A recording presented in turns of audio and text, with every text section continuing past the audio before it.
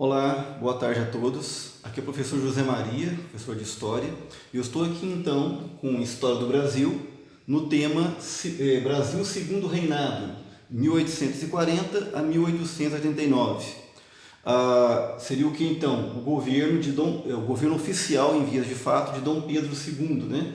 Depois que ele atinge a chamada maioridade, entre aspas, só recapitulando rapidamente. Há um período então que depois que Dom Pedro I vai embora do Brasil, ele abdica o trono e volta para Portugal para governar o trono português, deixa seu filho Dom Pedro II para governar o Brasil, tinha apenas 5 anos de idade. E na monarquia internacional, a maioridade é atingida para se governar de fato aos 18 anos.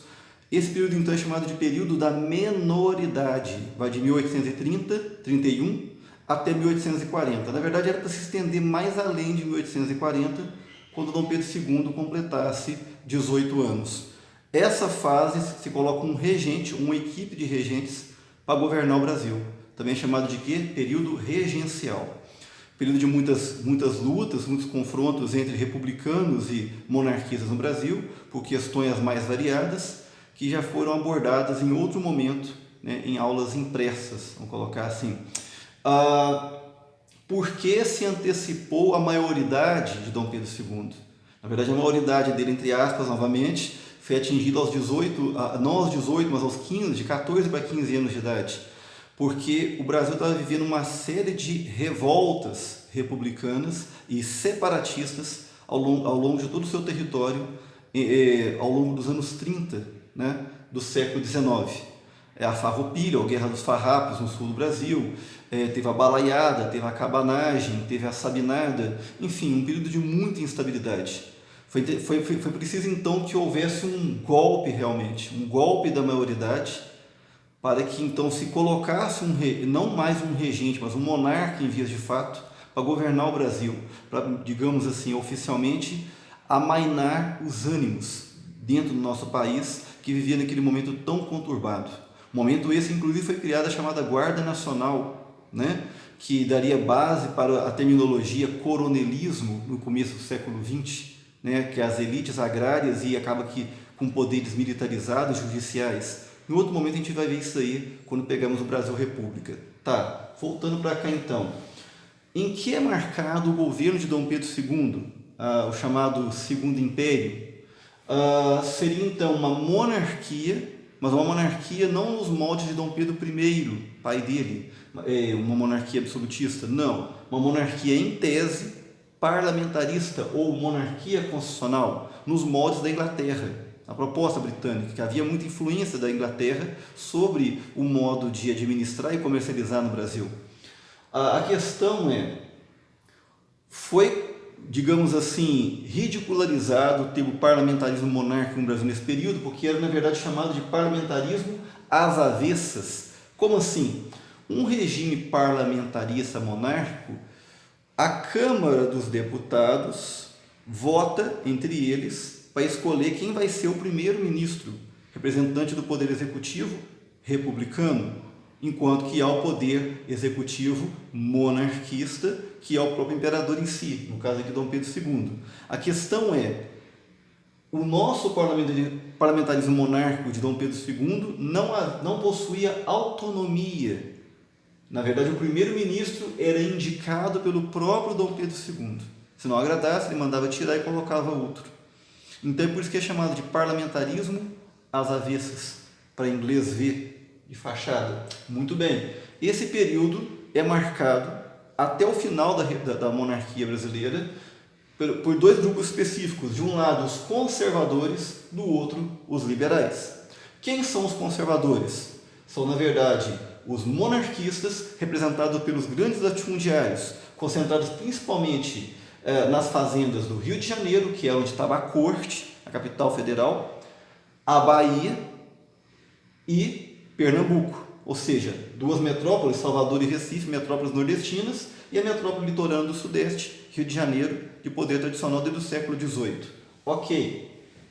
E aqui, do lado liberal, nós vamos ter quem? Vão ter os republicanos. Pregavam, então, ideias republicanas, definidas pela burguesia, pelos empresários, comerciantes, principalmente no eixo Minas Gerais, São Paulo e Rio Grande do Sul.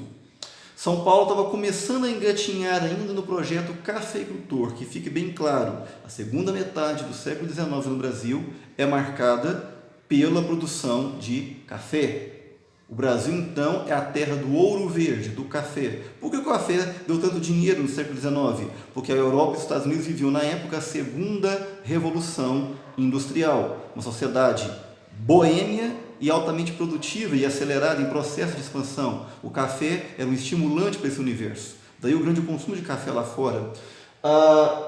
Nesse período, então, de disputa pelo poder, havia então os deputados conservadores e os liberais, os monarquistas e os republicanos. Muito bem. Por isso mesmo que em 1848, lá em Pernambuco, no eixo Olinda-Recife, vai ter a famosa Revolução Praieira. Praieira porque é na orla litorânea ali, a orla da praia do centro de Recife, havia um jornal daquela região com o nome de Praieiro, e que estava tentando imitar os passos do que estava acontecendo naquele mesmo ano, em 1848, lá na França, que influenciou toda a Europa, a chamada Primavera dos Povos, que foi uma tentativa da República retomar o seu poder após a derrota de Napoleão. Só relembrando, Napoleão foi derrotado em 1815, e de 1815 a 1848 houve um período que então de restauração da monarquia na França e em toda a Europa. É o período da Santa Aliança, né, do Tratado de Viena, que a República então era algo assim tabu, proibido. E, então em 1848 vai haver uma série de revoltas começando em Paris, se estendendo para outras partes da Europa, pedindo o quê? Clamando pelo quê? Pela tentativa de uma nova revolução republicana no continente. Tentou-se então fazer isso no Brasil, lá no eixo Olinda-Recife, porém foram derrotados, né, esmagados pelo poder imperial de Dom Pedro II. Foi a última revolta então regional, local, que poderia colocar em xeque, né, a hegemonia do poder de Dom Pedro II. Ao mesmo tempo, estávamos saindo de uma crise econômica nacional para adentrar então a grande aposta no café. Precisava-se também de expandir a mão de obra de negros, de escravos, nas lavouras de café no eixo Rio de Janeiro, São Paulo. São Paulo principalmente expandindo cada vez mais a partir de 1870. Esse período que vai de 1850 a 1870, de necessidade de mais mão de obra negra no Brasil, é ao mesmo tempo um período de choque entre os interesses dos cafeicultores brasileiros, senhores de escravos brasileiros, com a política internacional do Império Britânico, da Inglaterra. Que a Inglaterra pregava qual a visão? Morre o escravo, nasce um consumidor. De que forma? Liberta o escravo, torna o trabalhador assalariado, livre. Ele então vai comprar o seu produto para consumir. A Inglaterra, com a sua produção têxtil, precisava de mais consumidores no mundo. Queria então acabar com a escravidão, combatendo inclusive o tráfico negreiro, né, em todo o Oceano Atlântico, inclusive afundando navios negreiros. O Brasil então vai criar uma série de leis a conta-gotas ao longo da segunda metade do século XIX, chamadas leis para inglês ver, para tentar aos poucos acabar com a escravidão, não de imediato. Aí tem a Lei Eusébio de Queiroz, que é a primeira delas, de 1850, que prega o que então? O fim do tráfico negreiro, proibindo então navios negreiros de entrarem no Brasil, os tumbeiros entrarem no Brasil. Se fossem pegos, eram multados e os negros devolvidos para a África. Muito bem. Ao mesmo tempo que se tentava impedir a entrada de negros no Brasil, havia uma demanda por mão de obra nas fazendas. Ao mesmo tempo, paralelo a esse mesmo período, há um grande incentivo da migração europeia para o Brasil. Imigrantes italianos, austríacos, suíços, poloneses, porque Dom Pedro II, inclusive, depois de um censo que foi feito naquele período, descobriu que os negros eram maioria. Havia um temor de uma grande degringolada, ou seja, uma revolta da etnia negra e mulata, né, e mestiça contra a elite branca no Brasil, como aconteceu no Haiti, né, no final do século XIX, no final do século XVIII. Então, eu tenho portos se fechando para o tráfico negreiro, em tese. Eu tenho incentivo de entrada de imigrantes europeus, trabalhadores livres, um branqueamento da população, tentando equilibrar essa questão da étnica aí, e a elite latifundiária brasileira, para não ficar para trás, visualizando a demanda por terras por parte desses imigrantes europeus, criou a famosa Lei de Terras. Cá no rodapé, a Lei de Terras de 1850, que influencia até hoje a nossa política latifundiária, né? A questão da reforma agrária. Aí criou-se então as chamadas terras devolutas, pertencentes ao governo, que tem todo um processo, o que pode ser voltado para a reforma agrária, o que não pode, somente terras improdutivas, um tamanho mínimo de terras, enfim, limitações para tentar não só atrapalhar o acesso desse imigrante europeu à terra, e torná-lo cada vez mais dependente aos latifundiários que os contratavam, mas também já se vislumbrava que, se havia uma lei proibindo o tráfico negreiro, haveria logo em seguida, em algum momento, cedo ou tarde, a abolição dos escravos. Vamos atrapalhar também o acesso do negro à terra. Perfeito? Percebemos então que há então um momento de um Brasil retomando a sua economia e sua estrutura política, o café como sendo a mola propulsora de tudo isso, mas uma sociedade extremamente ainda conservadora, latifundiária, escravocrata e agroexportadora.